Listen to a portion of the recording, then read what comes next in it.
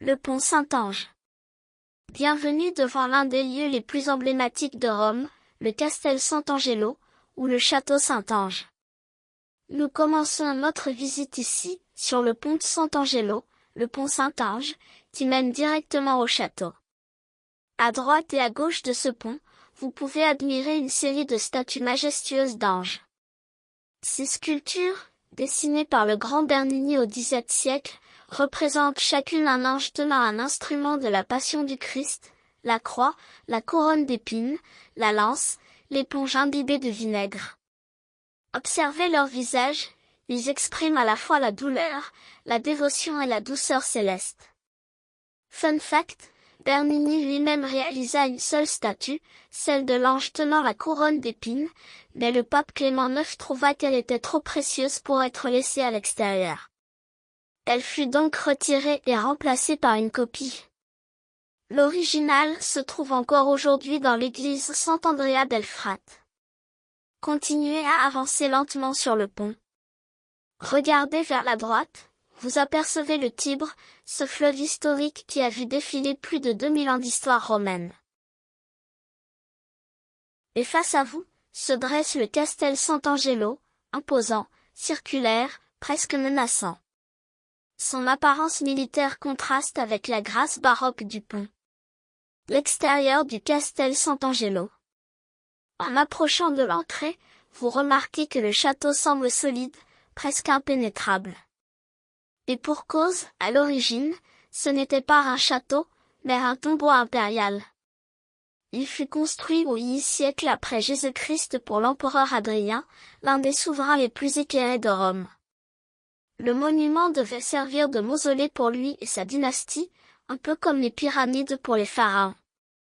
Imaginez-le à l'époque, un gigantesque cylindre recouvert de marbre blanc, orné de statues et de cyprès, avec à son sommet une statue dorée de l'empereur Hadrien conduisant un quadrige, un char tiré par 4 chevaux. C'était un véritable symbole de puissance éternelle. Mais l'histoire de Rome étant tout sauf tranquille, le tombeau fut transformé au fil des siècles. Au Vieux siècle, les empereurs chrétiens en firent une forteresse militaire, puis au Moyen Âge, il devint le refuge des papes en cas de danger. Et justement, regardez bien sur la droite de la façade, on aperçoit encore les créneaux et les meurtrières ajoutés à cette époque. C'est par ici que les défenseurs tiraient à l'arbalète sur les assaillants. Fun fact, le château est relié directement au Vatican par un long couloir fortifié appelé le Passetto di Borgo. C'est un passage secret de 800 mètres que les papes empruntaient pour fuir le Vatican en cas d'attaque. Le plus célèbre à l'avoir utilisé fut Clément VII, en 1527, lorsqu'une armée de mercenaires allemands, les Landsknecht, attaqua Rome. Il échappa de justesse à la mort grâce à ce tunnel. L'intérieur du château. Entrons maintenant à l'intérieur. En montant la rampe en spirale, remarquez les murs massifs, ils datent de l'époque d'Adrien. Sous vos pieds reposent toujours les cendres des empereurs romains, même si beaucoup ont été dispersés lors des pillages du Vieux siècle.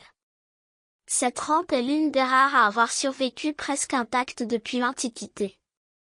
Au fur et à mesure que vous montez, l'ambiance change.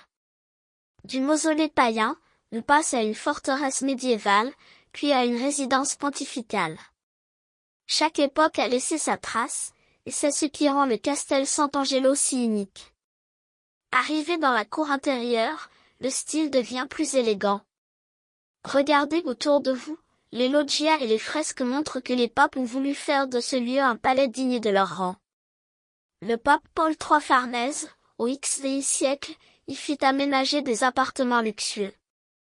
À gauche, vous pouvez voir les chambres décorées de fresques de l'école de Raphaël, plafond peint, stuc doré, cheminée monumentale. Un contraste saisissant avec les anciennes cellules de prison situées juste en dessous. Et oui, le château a aussi servi de prison redoutée. Parmi les prisonniers célèbres, on trouve Benvenuto Cellini, un sculpteur et orfèvre de la Renaissance, accusé de vol et d'hérésie. Il réussit même à s'échapper en descendant par une corde depuis une fenêtre, avant d'être repris quelques jours plus tard. Un vrai film d'action avant l'heure.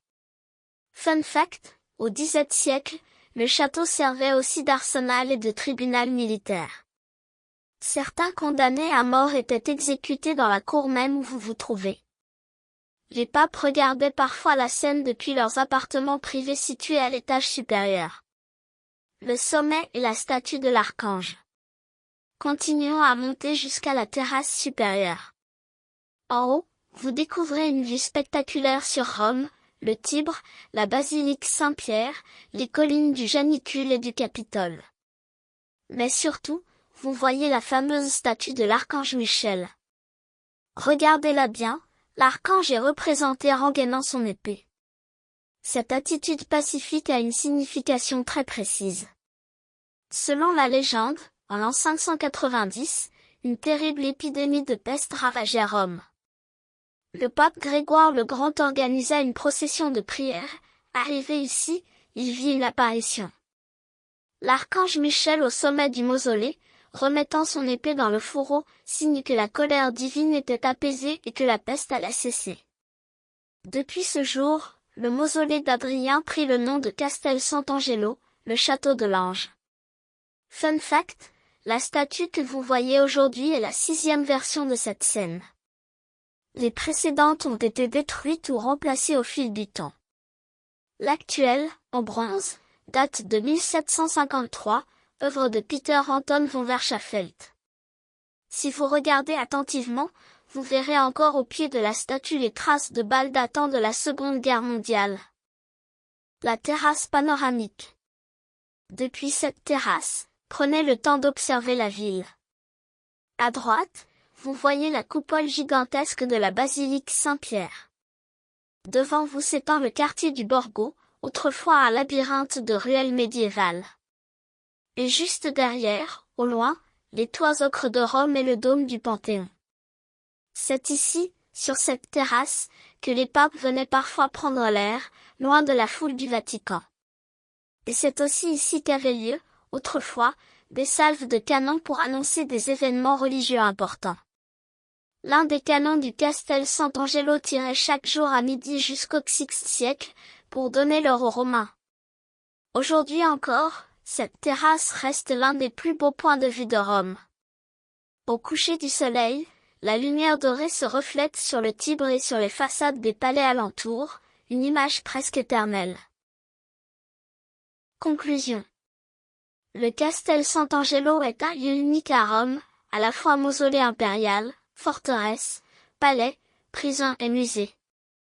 Il raconte près de 2000 ans d'histoire condensée dans un seul monument. De l'empereur Adrien au pape Grégoire le Grand, des artistes de la Renaissance aux soldats de la Seconde Guerre mondiale, tous ont laissé ici leur empreinte. Et à chaque pas, le château murmure encore leurs histoires, entre ombre et lumière. Avant de partir, retournez-vous une dernière fois vers le pont Saint-Ange. Les anges de Bernini semblent vous saluer, comme pour vous rappeler que Rome est une ville où le sacré et l'histoire se mêlent à chaque coin de rue. Merci d'avoir suivi cette visite du Castel Sant'Angelo. Buona giornata, et profitez bien du reste de votre promenade romaine.